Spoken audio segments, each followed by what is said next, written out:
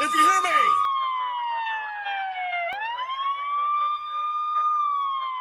What's happening, good people, and welcome back to another episode of the Roundtable. This week we have got something monumental. Some may say some kind of mountain form content. Yes, we are going to do Heel Rushmore.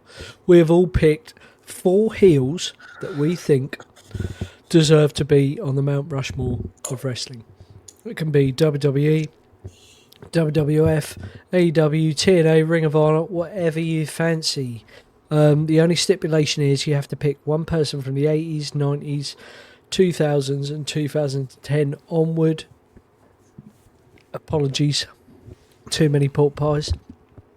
It can be, like I say, it can be from any organisation at all. Personal reasons. If you want to do it legit, as in pick the best heels ever you can do.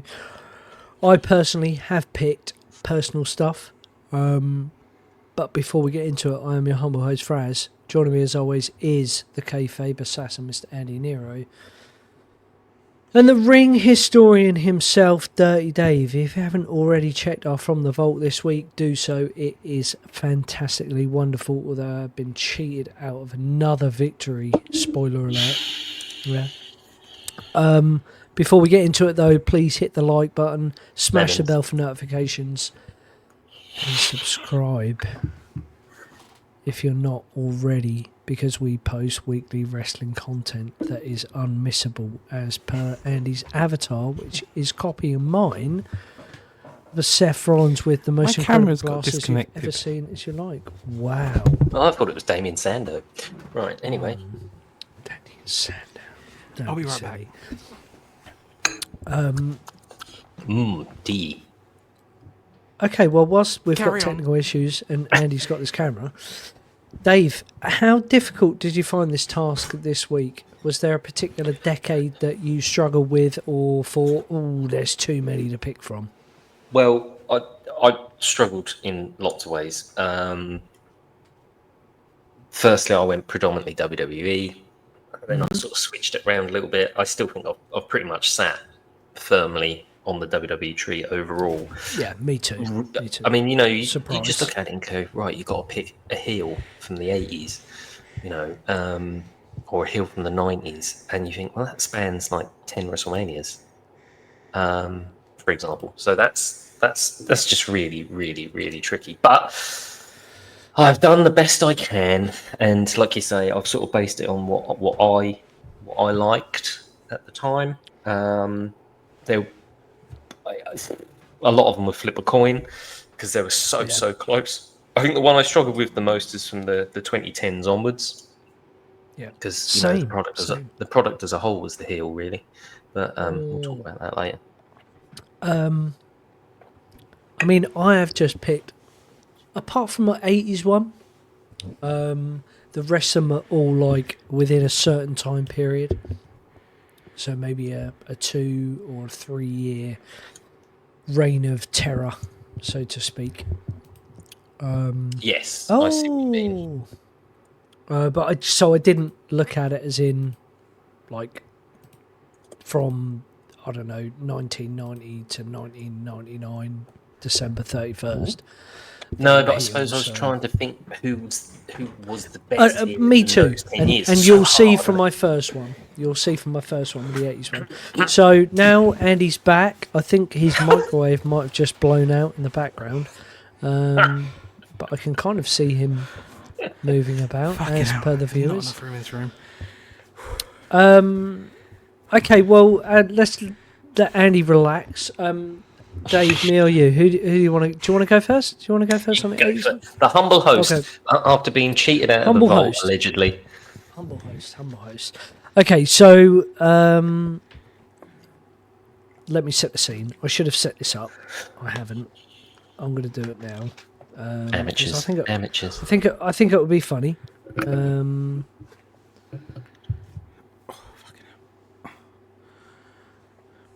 Right, ready? Yes. Oh, interesting. So I toyed with the idea of plenty of heels in the 80s. Andre, Rowdy, Roddy Piper. I even had Macho Man down on there because, as we were just saying, it was down to like pure hatred for, it could have been 6 months. But DiBiase was a heel, like for his whole career, as far as I'm concerned anyway. I mean, the guy tried to buy the WWF title off Hogan. Everyone hated him. The one thing that stuck out for me, and I've seen this quite a few times recently, which is really sad and, you know, brought tears to my eyes, where he invites a little kid up. He's there with Virgil, and he says, if you can bounce this basketball 20 times, I'll give you $50 or $100 or whatever it is, which back in the day was obviously a lot of money. And he gets like 17 or 18, doesn't he, and then kicks the ball away. I mean, that's pure nuclear heat right there. The 80s, obviously 80s was a different time to where we're at now, in the 90s and the 2000s, but he was, for me, legit heel. I'd put DiBiase on there. And not to mention, he could wrestle as well. So, unlike some people where they were really good in the ring and you're like, oh, I like this guy because he's cool and he can wrestle. Fans never cheered for him, as far as I'm concerned anyway. No, you're right. I mean, that's a tough one to not put him up there because, from my point of view. But yeah, $1 Million Man, the music, everything, the whole package was just fantastic. He used to, at every event, or if you go back and watch the pay-per-views now, because you can't watch the TV one, but he used to come from a different place each time because obviously he's rich, so he can live wherever he wants. They're just little things, little subtle things that made that really good. And whether he was with Virgil or Sensational Sherry or with Andre or with IRS, yeah, you're right. He was a very, very good heel for WWE and before as well. So, no, I can see exactly why you've done that, my man. Who wants to go next? Andy? I don't mind. Yeah. Obviously, I was dealing with some technical issues while you guys were talking about what you were talking about. The way I've sort of made my list is I've looked at not people you wouldn't expect, but to me, top heel, the number one job of a top heel is to make your top face look like the best person in your company. Obvious answers didn't necessarily do that. So to me, if I was to say to you who was the top person in NWA in the 80s, you'd probably say Ric Flair, maybe, hypothetically. So he didn't do his job properly. You know, he to me, it was a case of his job was to make Dusty the top guy, and he didn't. He made himself the top guy, arguably. So anyway, enough of that. My guy for the 80s is the only one that I really could think of who actually did the job, which is to make the top guy in the industry the top guy in the industry. And that falls to Roddy Piper. To me, He was on my list. I think it has to be Rowdy because he did that job. He was the top heel for the first 2 WrestleManias and prior to that, and he made Hogan. Without Rowdy, you've got no Hogan. So to me, that's part and parcel of it. Yeah. I will just add to that. Piper was up there, but because he was also a face, I didn't want to put him on. Do you know what I mean? I have differed between. It's really difficult to find a heel that's been for a heel 10 years. For 10 years. You know what I'm saying? But yeah, Piper. That was one of my main things. Like, there would be no Hogan if it weren't for Piper. When them first WrestleManias. Same thing you can say about Andre. You know, that the heel turn was so impactful. That made WrestleMania 3. WrestleMania 3 really made wrestling more than WrestleMania 1. Yeah, it did. It did. Yeah. But yeah, But he's a personal list, so that's fair play. Davey Boy Smith. Well, all I was saying when you had some technical difficulties is I really struggled to sort of pick between WWE and NWA or WCW. So, like, I think for me, if I'd have gone down the WCW route or NWA route, I would have gone with Flair. And I take your point to a degree, but I think the thing with the NWA there, they weren't really building new stars. Whereas towards the end of the 80s, when he made people like Sting, then that helped. But he was stuck in that rut in the 80s where he was still dealing with Harley Race, Dusty Rhodes, the Road Warriors, and he was having to wrestle those same people over and over and over and over and over and over and over again. So I think that was a bit difficult for him. They weren't really creating new stars down there. But I agree with you, Andy, and I went with Roddy Piper because obviously WrestleMania 1, you've got to have your most over heel because your champion's got to come over them. But I mean, I think everyone forgets, Mr. T, that was like real nuclear hatred and nuclear heat. He turned up to 18 rehearsals and where they're filming and like got involved and would go on talk shows and just absolutely bash him.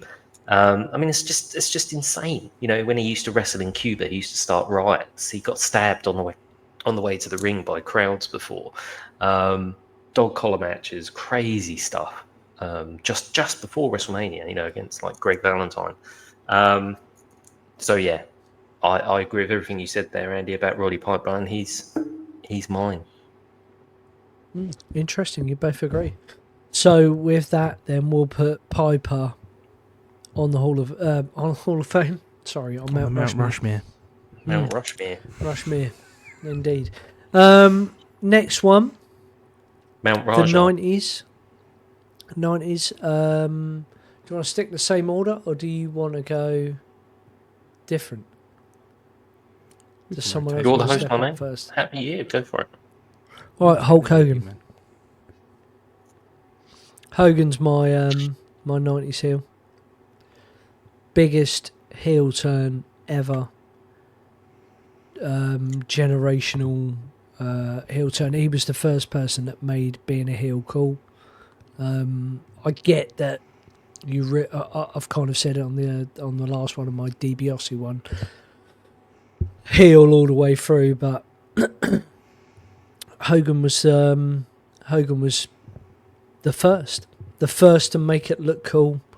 People were throwing trash in the ring every week. They hated him. Pure hatred. I couldn't think of anyone else in the 90s that had the same impact as a heel than Hogan. That's it. Go on, Davey. Well, David's definitely gone the same. He has to go the same. Yeah, yeah. So I'll agree and tell you mine at the same time because I went with Hogan. I think that level of hatred, and just it's the most shocking heel turn ever. I mean, nothing's ever really going to match it. It's nothing like that had been done. Sort of before, not since that 85 sort of WrestleMania run. Lots of stuff used to happen in territories like that, but not like this on national stage with your big hero that basically made the industry worldwide. So yeah, the only notable one I would have said from WWE, and I say only, that's probably a bit harsh, is if I'd have gone WWE, I'd have actually gone, even though it was only a short stint, 2 short stints, I was going to go with The Rock, because I actually thought when he turned heel and joined the Nation, that was close. 97, he was getting a lot of shit. Rocky die, Rocky's gay. They were getting crap chucked in the ring at him. He orchestrated the Q, or the taking over from Farouk. There was an immense scene on Raw where he pretty much molested China, and DX were all like locked in their locker room in the middle of the crowd, and people sometimes forget the stuff he did as corporate champ as well. I mean, that trifecta of matches with Mankind, he was 19 chair shots I think in one on the Royal Rumble. So yeah, and of course led to fighting Austin at WrestleMania 15, so you have to be the biggest heel. So if I'd have gone WWE, I'd have gone Rock. But yeah, I did agree with you, and I went with Hogan because as much as I enjoyed The Rock's heel work, you just can't beat Hogan for shock value, can you? So I understand why Hogan is your choices, and I do respect it, and I agree to an extent. However, the reason I didn't go for Hogan is because of the same reason I didn't go for Flair. In WCW in the 1990s, from the from the leg drop of doom, as it were, all the way through to the end of the Hollywood stage, he was the top guy in WCW. The idea of the top heel is to make your top face look like the Don, the man. And at no point was Hogan ever famously willing to put over anyone for any period of time. You had Sting, who had the title for a cup of coffee, Goldberg for a cup of coffee, Brett for a minute or two. It was always going to come back to Hogan, because Hogan got a pose. And it's just a case of, to me, you can't be the top heel if you're not doing your job right, and that's putting over your top face. The problem I had was that the person in WWE who did that wasn't a wrestler. And of course the answer to the question is Vince McMahon. But if you're going to say it's got to be a wrestler, yeah, well, that's why then the I wrestler, made it abundantly to me, clear. Yeah, so to me, I had quite a few to choose from that I didn't really know who to pick from. I sort of went down the route of, okay, Brett, maybe, Taker, possibly, Rock. I went with Rock as well, and that 6 months where Austin was a heel as well at the start of his career in WWE. I ended up settling on Shawn because of his run with Sherry after the breakup of the Rockers, and in the... Just the breakup of the Rockers itself was bad enough. Yeah, exactly. So in terms of putting over your top face at the time, which I presume would have been Brett, he made Brett relevant. Brett made Brett relevant, but Shawn complimented Brett as the top heel and face, especially in '97, and obviously leading up to the screw job. And then after that, leading up to the Austin match, he was the top heel, and Austin was obviously the top face in terms of in-ring. But like I said, had I been able to choose Vince McMahon, I would have done. But I would have done as well. But from a talent perspective, it's got to be to me. It's Shawn. But I get why Hogan goes through onto our Mount Rushmore. I will put it like this: imagine Jesus Christ was a real person, and he dropped the leg drop on Mary Magdalene. That's how shocking Hogan turning was. No, I know, but he was never willing to make the top face, the top man. I get what you're saying, and I can see a pattern in your choices, but at the end of the day, it is down to fan reaction and your personal choice. And for me, initially, I hated Hogan with a passion. Never liked DiBiase and thought he was mean. I can see why you've done Piper on the last one as well, hated. And that's what it's all about. It's all about you not liking that particular wrestler. It's not like, there's a stage where Hogan is playing a heel, but as Dave will concur, and you will as well, Andy, he was cool. And that's what you have to, you draw the line at a certain point where it's like, that's why I said, okay, we'll pick decades, because you can pick 4 heels and they might all be from the 80s, but it's interesting to go through that period. There might have been a certain time where you really hated that person, or the WWE universe really hates that person with a passion, and that's why they are Mount Rushmore. I suppose. So are we agreeing that Hogan is the second person on here, as me and Dave? I think picked? it's 2-1. 2-1. I think heels and faces. We said it on another video today, Andy, that you've got to be a great heel to be a great face, and you've got to be a great face to be a great heel. They go hand in hand. It's like love or hate. And I kind of see what you're saying. I suppose it's not a disagreement, but I suppose sometimes you just have to look at where the business is. And back then, it was different. So if people are paying their money, desperately wanting to see someone beat Hogan as a baddie, so that they don't actually care who the goodie is. They're actually paying because they want to just see the bad guy get beaten. So it's a bit like Flair in the 80s. They were paying to see him get beaten. And each week he didn't get beaten, that want grows, that need and that want grows. So, just as much as when you're a babyface champ like Hogan and Austin, you're paying to see him overcome the odds it's the reverse when the heel's the champ. And sometimes you get that so right from a business perspective that you're right. The heels are not, they're outshining. But then what you tend to find is after they've done that little period, they then come out and then be face again or face, and then they end up being fantastic faces. So a bit like the Rock's heel turn. And the Michaels thing, yeah, what an obnoxious prick, but actually putting people over. Didn't put Brett over, faked a knee injury. Didn't put anyone over to lose the Intercontinental title, got injured. But I do get it. Top heel. I mean, throwing Jannetty through the glass window and all the other shit. And to be fair, faking injuries to avoid putting people over is got to be the most heel thing you can do. So I totally see, Michaels was in my top for the 90s because he was an obnoxious prick, let's be fair. But yeah, it's just a tough one, I think, heels and faces. There's that fine line between love and hate, isn't it? I did have a short list. Like I said, Sean came out the top of the short list, but I had people like Brett, Taker for the industry. I also had Raven for ECW because Raven in ECW was by far and away the top heel in the company, and he was great in WCW, to be fair. And he made Sandman look better. He made Tommy Dreamer look better, even though Dreamer never beat him. You still wanted to see Dreamer beat him. So kind of, I get what you're saying. It's so hard, isn't it? Yeah, it's so hard. Yeah. Anyway, sorry, go on then. Who's next?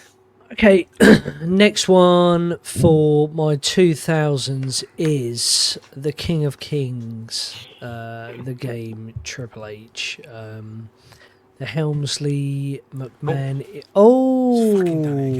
And he's decided to leave. Oh, crack on. The Helmsley McMahon reign through to Evolution. The bloke was main event heel. The reign of terror. Fans were frustrated and they really fucking hated him.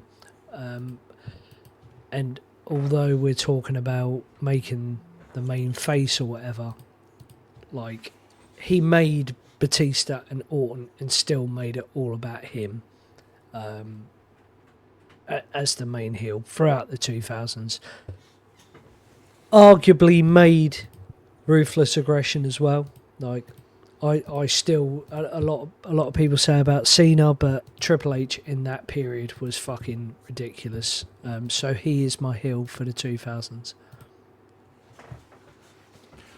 Well, get your new camera. I'm gonna echo what happened last time and say that I completely agree. And he's also mine. He's also mine well. Because I think from the minute he turns on DX at WrestleMania 15, which I think everybody seems to forget, actually everyone's like, oh, when he wins the title after SummerSlam, he's a baddie. He's the game. Yeah, I know, but it took 5-6 months to get there. But he actually turned on DX at WrestleMania 15, joined the corporation, joined the corporate ministry, then became the game, then won the title, orchestrated running over Stone Cold Steve Austin, and that whole feud. And I think we're going to do a Rumble 2000 video, spoiler alert, for our Back to the pay-per-view. I think people seem to forget that actually WCW wasn't doing very well in 1999, but it wasn't the calamity it became in 2000.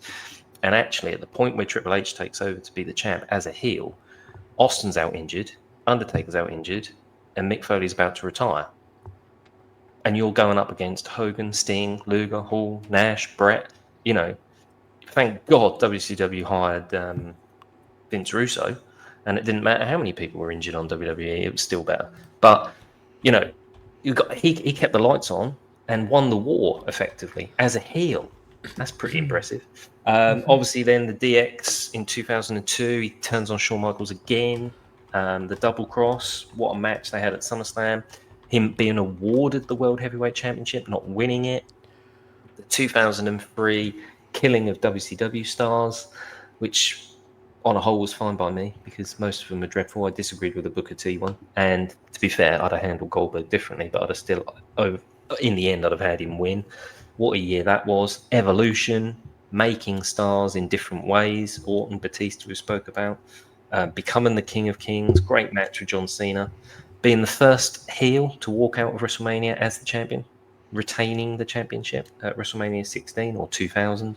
And he was a heel at WrestleMania 17, 19, 20, 21, and 22. 20, 21, and 22, he put people over. Chris Benoit, Batista, and John Cena. So, yeah, I think similar to Flair, similar to Hogan, people did pay to watch him be bad, but they paid because they knew at some point someone is going to beat him and kick his ass, and they are going to absolutely love that. So yeah, Triple H for me, 2000s best heel. Love it. Andy? Are you going to agree on one at all, or...? I had a 1A and a 1B. My 1A Me and him agreed on Piper. Sorry. No, I'm talking about with me as well. Yeah, so I had a 1A and a 1B. I'm willing to switch my 1A and 1B. So my 1A will be Hunter, because of everything you guys have said. The Reign of Terror, all of that, you know, even back to 2000 and onwards, all the way up to WrestleMania 2022. He was the reason people... He was JR's least favourite guy. You know, you almost the son of a bitch. It was a case of you had to hate Hunter because there was no one else to hate. Everyone else kind of was cool or was a face. I mean, yeah, you had Kurt, and this isn't disparaging to Kurt Angle, but you had a sort of love-hate relationship with Kurt Angle to the point where you sort of thought, he's just funny. He's a bit of a doofus. Exactly, but yeah. Kurt was on mine. Hunter was always calculated and cruel and always had an ulterior motive. My 1B was Hunter's protege, and that's Randy, because I sort of changed, not the way I was, I kind of changed the way I looked at it here, but I was like, okay, again, top guy, top face, who was the antithesis of the top face at the time. The top face, obviously late 2000s, was John Cena. The antithesis of John Cena, and for the entirety of that spell, was Randy Orton. And so, to me, the work Randy was doing from the moment he stopped trying to be a face after the Evolution drop, I mean, obviously, Evolution being a heel, great work. After he turned face and then turned back to heel to face The Undertaker, his work from then, right the way through to 2009 with Legacy, with, you know, skull bald, skinny, punting people in the face, Randy Orton, was fucking amazing and like ultimate evil. And to me, that's the sign of a top heel when you've got 1A and 1B, like I said, John Cena and Randy Orton. But yeah, I mean, Hunter's already in because it's 3-0, and like I say, he was my alternative, so I'll stick it with him.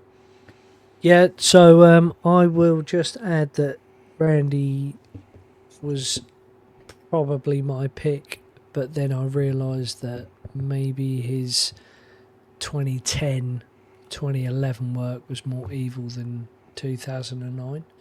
We could put him in the next one. Triple H was put him down just mainly for longevity and the fact that, you know, there were up-and-coming superstars that were beside him that were elevated, but he still made himself the main heel, and everyone hated him. I mean, Rock and Austin were heels, but the crowd still loved them. The crowd didn't love Triple H. They did not like Triple H. But yeah, I get what you're saying. So we're going to go with Triple H for the third person. So we've got Piper, Hogan, Triple H. Well, we've got 2 Triple H's, Hollywood Hulk Hogan and Hunter Hearst Helmsley. Well, exactly. My 2010 to present day was really tough. It was the hardest one. I had The Miz as an outside shout because everyone hated him. Part of the worst WrestleMania of all time. I had Randy Orton. I had Roman Reigns. My boy Luca also said, well, what about Dirty Dom? Dom was at the point where he was coming out and he couldn't even talk. I mean, that is nuclear heat. I get what you're saying, it's only for a short period of time, but you can't put him on there. You can't put him on there because, as Dave's already said, at that point the product was the heel. but you've got to look at memorable moments, and memorable moments being a certain chair shot to a certain tribal chief to break up a certain faction that was super over. Oh shit! I think I've done this wrong. I've gone with Seth frickin' Rollins.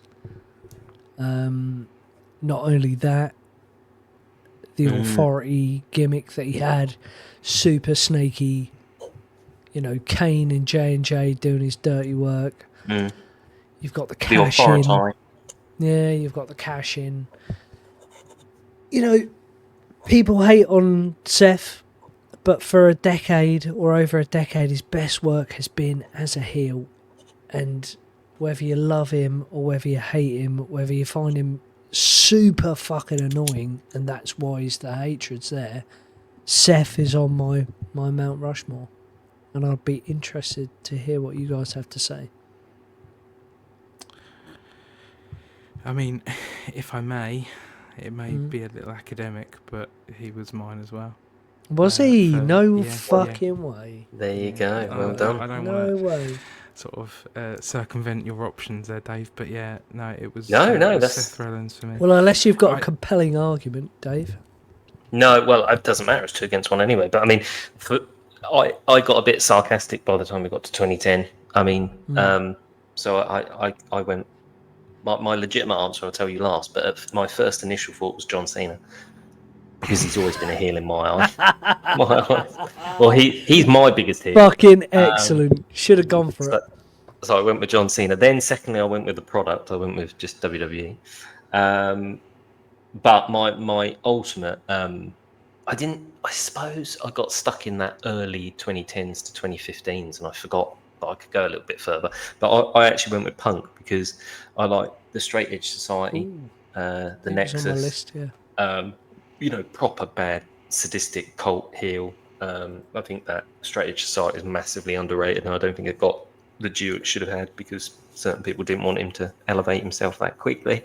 But great match with Rey Mysterio at WrestleMania 26. Awesome match with Randy Orton as a heel at WrestleMania 27. Then obviously we go face for a little while, but then we're back to fantastic Punk as a heel, especially going into WrestleMania 29. That whole Taker feud for that year was fantastic. So, yeah, I sort of settled on him. I just didn't sort of put myself past 2015, which is where I kind of went a bit boo-boo face, I suppose. I forgot about Seth Rollins to a degree, but yeah, Cena, the product, but overall CM Punk. Love it. Andy, sorry, I did cut you off there. No, Talk to me that's about fine. Seth. Talk to me about Seth. Quite literally, again, like you said, he broke up an over partnership in the Shield, and for that entire period, the only time when the Vision started, when he did the full-on heel turn at WrestleMania this year, I can't remember him being a face. Like, I don't have any memories of him as a face. Everything just blurs together to me as him being the dickhead that he is. Do you know what I mean? Like, he comes across like a dickhead. There was the Kingslayer shit with Triple H. Oh, that crap. When he came back from his knee injury. And then, I don't like him as a person. I like him as a person. I don't like his character, whether it's face or heel. I don't like his laugh. It annoys me. Yeah. Oh yeah. The cash in, the title reign, the J&J security, the Money in the Bank run he had, and then the Visionary, like during that post-COVID period. Things eye and the steps and stuff. Yeah, the eye for an eye shit and all that. Like, I had people like Edge in my list. I had Jericho in my list from AEW. But yeah, for me, for the 2010s to now, it's got to be Seth, because I still don't particularly like him.